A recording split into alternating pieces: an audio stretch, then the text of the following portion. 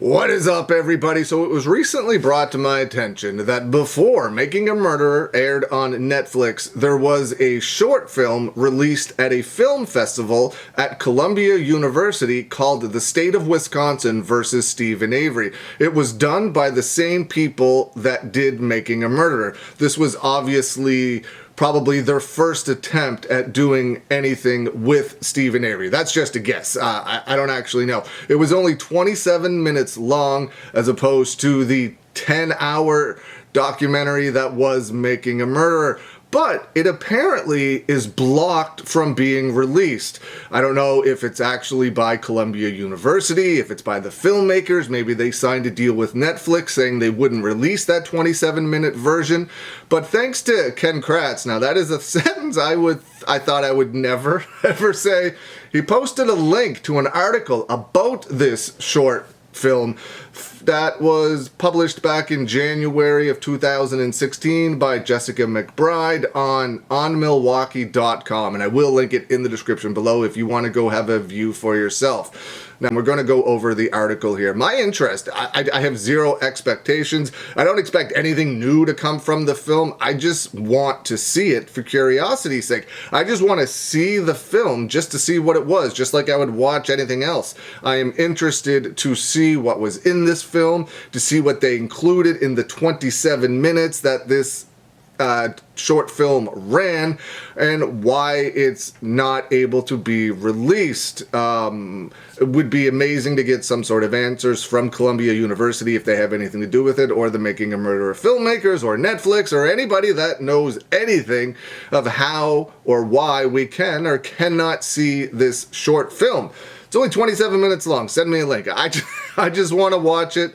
I just for curiosity's sake. Zero expectations. I don't think it's going to have any effect on anything, because 27 minutes versus 10 hours is quite a big difference there, plus season 2 of Making a Murderer as well. So yeah, I don't think there's going to be anything in it that's going to, like, oh my god. I just want to watch it for simply the sake of watching it. Give it to Netflix. Make a bunch of money. Just let us see it, or let me see it at least. So this article on onmilwaukee.com states, before there was Making a Murderer on Netflix, there was The State of Wisconsin versus Stephen Avery, a short film by the same people that made Making a Murderer. So what does it show? That's hard to say, considering nobody seems to be able to get their hands on it. The Columbia University Film Festival website from 2008 describes the short film as a documentary about an exoneree who strives to hold law enforcement accountable for taking 18 years of his life. An attempt to reach the filmmakers through Netflix Public Relations Office was not returned. Meanwhile, the head of the fest for Columbia University didn't return a request to see it either. It's very interesting. They didn't even reply to say, no, you can't see it. They just completely ignored it. The director of Industry Outreach and Columbia Film Festival Film Program, where it was screened in 2008, did not return a request to watch The State of Wisconsin versus Stephen Avery or obtain the script. Meanwhile, a message was sent to an email address listed for one of the filmmakers on the 2008 documentary's website bounced back. Former prosecutor Ken Kratz said he asked to watch the short doc as a condition of speaking to the filmmakers when they contacted him in 2013 to say they had struck a deal with Netflix. They refused, Kratz said, so he didn't do the interview. Just imagine if they let Ken Kratz do that interview. They could have had a updated take on what he had to say about what was going on.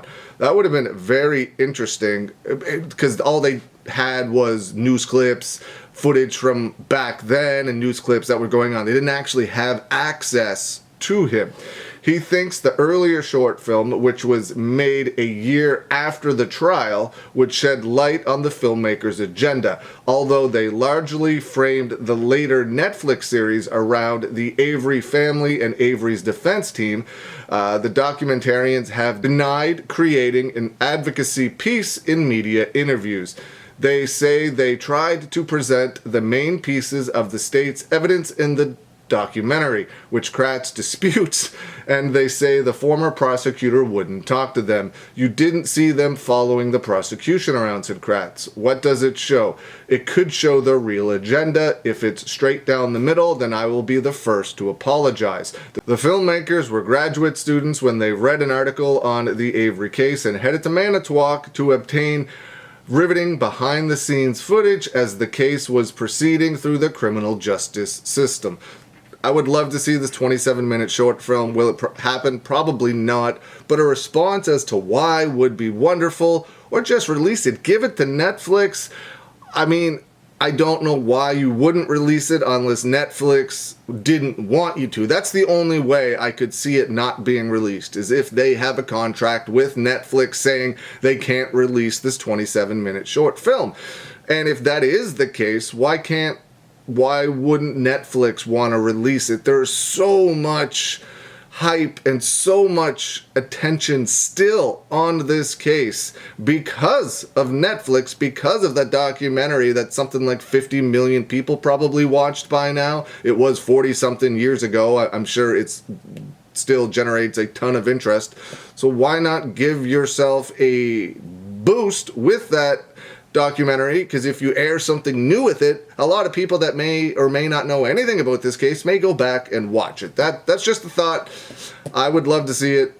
I would love to find out why we can't see it, if that is also the case. Now, Columbia University, making a murder of filmmakers, Netflix, whoever else needs to hear this. Let's see that 27-minute short film, The State of Wisconsin versus Stephen Avery. Let's go. Let's do this. How can we make this happen? What do you think? Let me know. Leave some comments below. I hope you're having a great day, and I will see you again soon.